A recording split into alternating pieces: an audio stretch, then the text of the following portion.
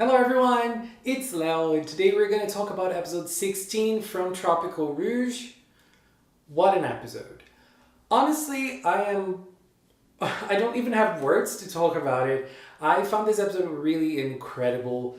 The best of the season and I dare say a highlight in the whole Precure franchise.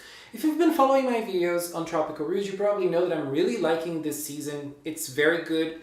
But this episode was really something else, and it was able to play a lot with the nuances that I like so much about Tropical-Rouge. But this one really was something else. I loved it. So let's start. First things that I want to say about this episode. The first one is the whole visual part of it. It was very good. The style of the episode, the animation of the episode, and like the drawings, they were super pretty. There were moments in which we had the characters drawn more of a cartoony style. They were gorgeous. The facial expressions in Laura, also in Minori and in Manatsu, which I felt were the highlights, they were also great. The visual part of the witch, the expressions in the witch's face when we saw her, she's so scary. I love her. And also the tone of the episode was also very peculiar. There was a melancholic feeling. The whole thing about not having many dialogues in certain moments, Laura being very contemplative, the fact that we had a perfect soundtrack to go along with every moment. Girl, there's a lot to unpack. I'm probably not going to be able to talk about every single thing that I want. I'm probably going to forget something. But okay, let's start. Right at the start, we have the girls hiking up there in the mountain. It was a super adorable scene for a couple of reasons. The first one, we see Laura with a flower that is called the Queen of the Mountain. So she's like, she's almost like me. Girl, the flower is already a queen. Well, Laura is a queen too. She is the queen of the Precure franchise already. You are, girl. We accept you as our queen. We love you. We are praising you forever. And we also have like lots of great dialogues and moments. We see Kurudun laying down in a stone. Kurudun, aren't you going to fall down? And then Kurudun taking pictures. Kurudun, the photographer of Tropical-Rouge. I love this. So adorable. And overall, I think that scene's purpose was to show the great dynamic the girls are having. They feel at ease with each other. They feel at home with each other. They can all, they don't have to hide their personalities around each other anymore. And Laura doesn't either. Laura never does this. But the girls, they feel at ease. And I love that about it. And, the Tropical Club is very important because of this. And I'm really liking the dynamic between the four girls and the queen. At the end of that scene, we see Laura deciding to go down in the water, in the river, while the girls go down walking. And, the girls are interacting with her. Manatsu's like, Laura! And Laura's like waving back. So she's having her moment, a great moment because the water is super clean. She is loving that place. But ultimately, she strays away a little, in her thoughts. Because she wants to be there with the others, I think. And she wants to be more around them. And as I said in the last video of episode 15, it's lonely being a mermaid in the human world in which you can't show that you are actually a mermaid. You have to hide yourself. So that must feel pretty lonely for her, especially someone with great communication skills like her. Then we see a scene of the villains. We see, for the first time, they acknowledge Laura. They talk about her. And the queen didn't know about Laura's presence. They're really not making the queen, they're really not updating things to the queen. And I don't know if it's because the queen doesn't want to be updated. She wants to be left alone. Or if they're trying to hide, or Butler is trying to hide something from the queen. Butler, you are shady as hell. And then we see the girls talking. We see Manatsu talking a lot about her hometown. It's probably a foreshadowing. They're probably gonna go to Manatsu's old home. And we're gonna see her father again. Girl, he's hot. And that scene was super lovely. But that started to show how Laura wasn't really being herself around the girls. Then we had the girls in the other setting, them eating ice cream. It was clear that Laura wasn't really there with them. She was playing. She was trying to play herself, but she really couldn't be the usual Laura. And it was a very cute scene, again, being able to show all the girls how they're all at ease with each other when they're tropicalizing like that. I love that. But then we get to the scene at the library, which I thought was incredible. The girls were searching for Laura, and we had a funny scene with Manatsu saying, "I am me," because Sango said that Laura could have switched bodies with someone, and that's why she was acting strange. But actually, Minori got to find Laura in the library. She was reading the Little Mermaid story, and they got to that point in which the mermaid trades her voice for becoming a human. And Laura says, "Well, this is very stupid." And I found that super great, the way Minori interpreted that part of the story, that specific part of the story. The Little Mermaid talks about a specific mermaid who wants to become a human for lots of different reasons, and she trades her voice for becoming a human. But then Minori, she compares it to us humans and how in life we have to give up things for getting the things we want. So it's always about choices. I really loved that dialogue between them. I really loved how Minori was able to communicate her idea like that. Minori is so smart, and I really love how she rationalizes things. Like, I really love how her mind works. And I really love that Tropical-Rouge makes it very clear that because Minori is able to read a lot, she has a different view of the world around her. She has lots of different points of view inside of her because she's an avid reader. So I really love how they are able to show her intelligence without showing that she has like the best grades of the school. That is not how her intelligence works, and I love that about Minori. And I also love the next scene in which Minori tells Manatsu, "You need to talk to Laura. There is something weird about her." Like, she is able to communicate her so well in certain times. And I love the show. I love the way the show is building her character so much. And then we get to Manatsu and Laura's scene in Manatsu's house. I also loved that scene. Manatsu is the sweetest. I love how Laura tells Manatsu, "You're always happy." And Manatsu is happy. She is living her life. She is living what she always wanted to live, and she has friends, she's enjoying herself, she's tropicalizing. She is really living the life that she always envisioned to herself. And so she's happy, she's always happy, and she tries to give that to Laura too, but she is not really able. But she is always able to at least give it her best to help Laura in what she wants. But then we have her mom arriving. Very nice way of integrating her mom in the conversation.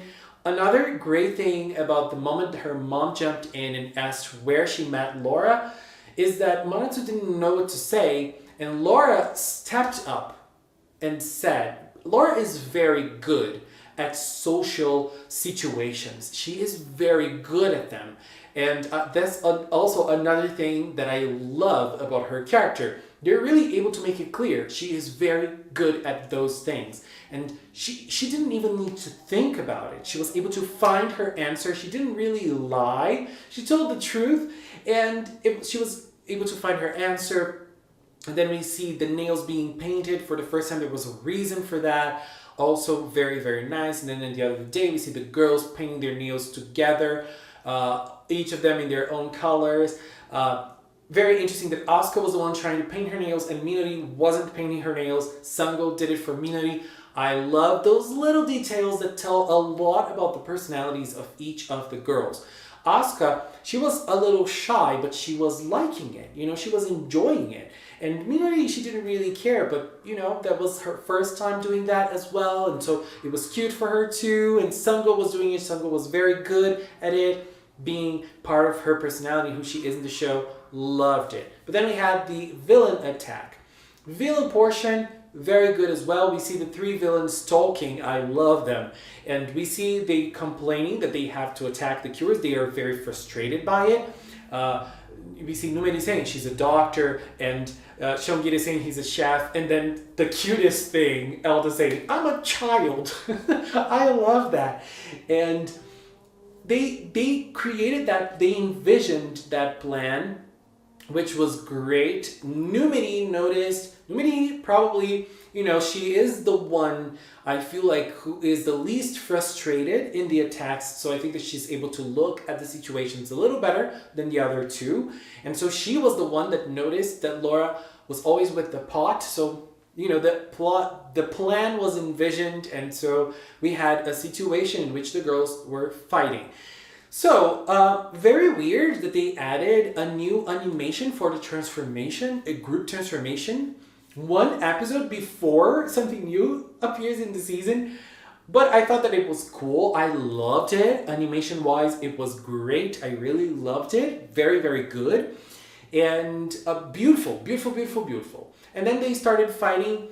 Interesting thing in the fight was Papaya, I think, was the only one thing that really called my attention was Papaya, because Papaya is the technician of the team. So we see Coral defending, we see Flamingo and Summer attacking, and Papaya creating the technique around the fight. And so that's what she did.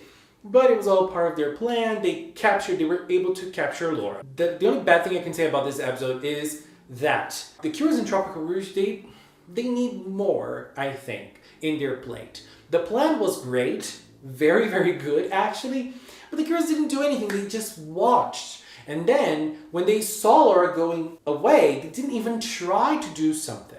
That is very, very frustrating in Tropical-Rouge, I think, because the cure part is the only thing that's lacking. Sometimes it's very good, but overall it's a little subpar. But I'm just saying this because I'm reviewing the episode, but I don't think that it's really taking me away from the whole experience, which is being gorgeous. So after that, we see Laura using the pot and taking pictures to show the girls where she is. I thought that she was going to send them to the queen, but not really. It seems that she's using it for the girls. And we also see the girls, not knowing what to do. I love that. And then we see Mafune, I think that's her name, the head of the aquarium, the director of the aquarium. And the girls are able to talk to her clearly about the sea and how they don't know anything about the sea. And Minori shows her skills again, her knowledge again. And the girls start to wonder what they can do to help Laura. And it's very interesting that I think Asuka is the one who says it, like, we don't know anything about Laura. We don't know anything about her. We don't know anything about Grand Ocean. We don't know where she comes from. We don't know where Grand Ocean is. And even though now there's a bond between them and Laura, each of the girls have a different bond with her, but they still don't know much about her in terms of where she comes from and how they can help her in this moment. But they still decide to go, and they transform, and it was very nice. That scene was very nice with the girls underwater, them using their weapons as lanterns. I loved it. It's unfortunate because I really wanted to see a mermaid form for the girls for them to fight underwater. It's clear in this episode they don't need it, and they're going after Laura, which is very nice. But the nicest part of this episode, plot-wise, not really considering all the nuances and the building of the characters, plot-wise was definitely that last part with Laura arriving at the bottom of the sea with the witch, and now Butler saying like, shut up girl, please stop talking, you talk too much. I love Butler too. I love Butler. And then when she arrives, girl, that woman is so scary. She is so scary. And she starts talking to Laura. The first thing that she told her made me very wary and like, girl, what are you hiding? What is this witch hiding? She's like, oh, you're a mermaid. You're working with the humans. Interesting. Do you believe in the humans? Like, what is happening there? Did something happen in your past with humans, girl? My mind is full of fanfics now, okay? A tragic love story, a heartbreaking story, a heartbreaking friendship gone wrong, and then you became the witch. What is going on here? Witch girl, tell me. And obviously, after she read the Little Mermaid, the witch now wants to make a pact with her because the witch noticed that she also wants to be a human. And I don't know how the witch noticed it. She probably can sense something like this. She probably can sense her feelings. I don't know. But she noticed it. It was clear for her. It happened. And I think that now at least in this first moment, Laura is wary. She is wary. She's probably going to consider making a plea with the witch. And I'm pretty sure she won't do, but I'm also wondering if she's actually going to consider it. And I'm curious. I'm really curious for the next episode, girl, because I'm curious. And I really think there's something there with the witch. And her little smirk at the end of the episode, that was so scary and so interesting. I want to know more about this villain. I'm sold on the Tropical-Rouge villains. I love them all. I love the witch. She looks big and scary. And I really wonder what she's up to. And in the next episode, we are going to see Laura wondering. She even says, the humans to me are they're just pawns for my own dream. We know it's not like that. But she's going to try to convince her of that probably in the next episode. I don't know. But we know who's going to be born. Yes, finally, Kira Lemire is coming. Not really finally, because it's very early. Kira Lemire is coming in episode 17. Next episode is going to give us her. Oh my God, I just can't wait. And I'm curious now how she's going to be born, how things are happening. Oh God. Laura, what's going on there? Can you tell us, girl? Can you tell us my voice is failing? Are you going to give up your voice too? I don't know. Anyways, episode 16. What an episode. Loved every second. Anyways, what is your thought on the episode? Please leave a comment. Are you excited? Because next week is coming. Yes.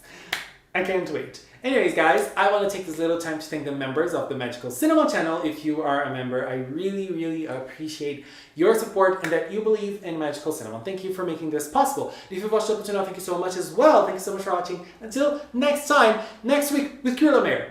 Bye-bye.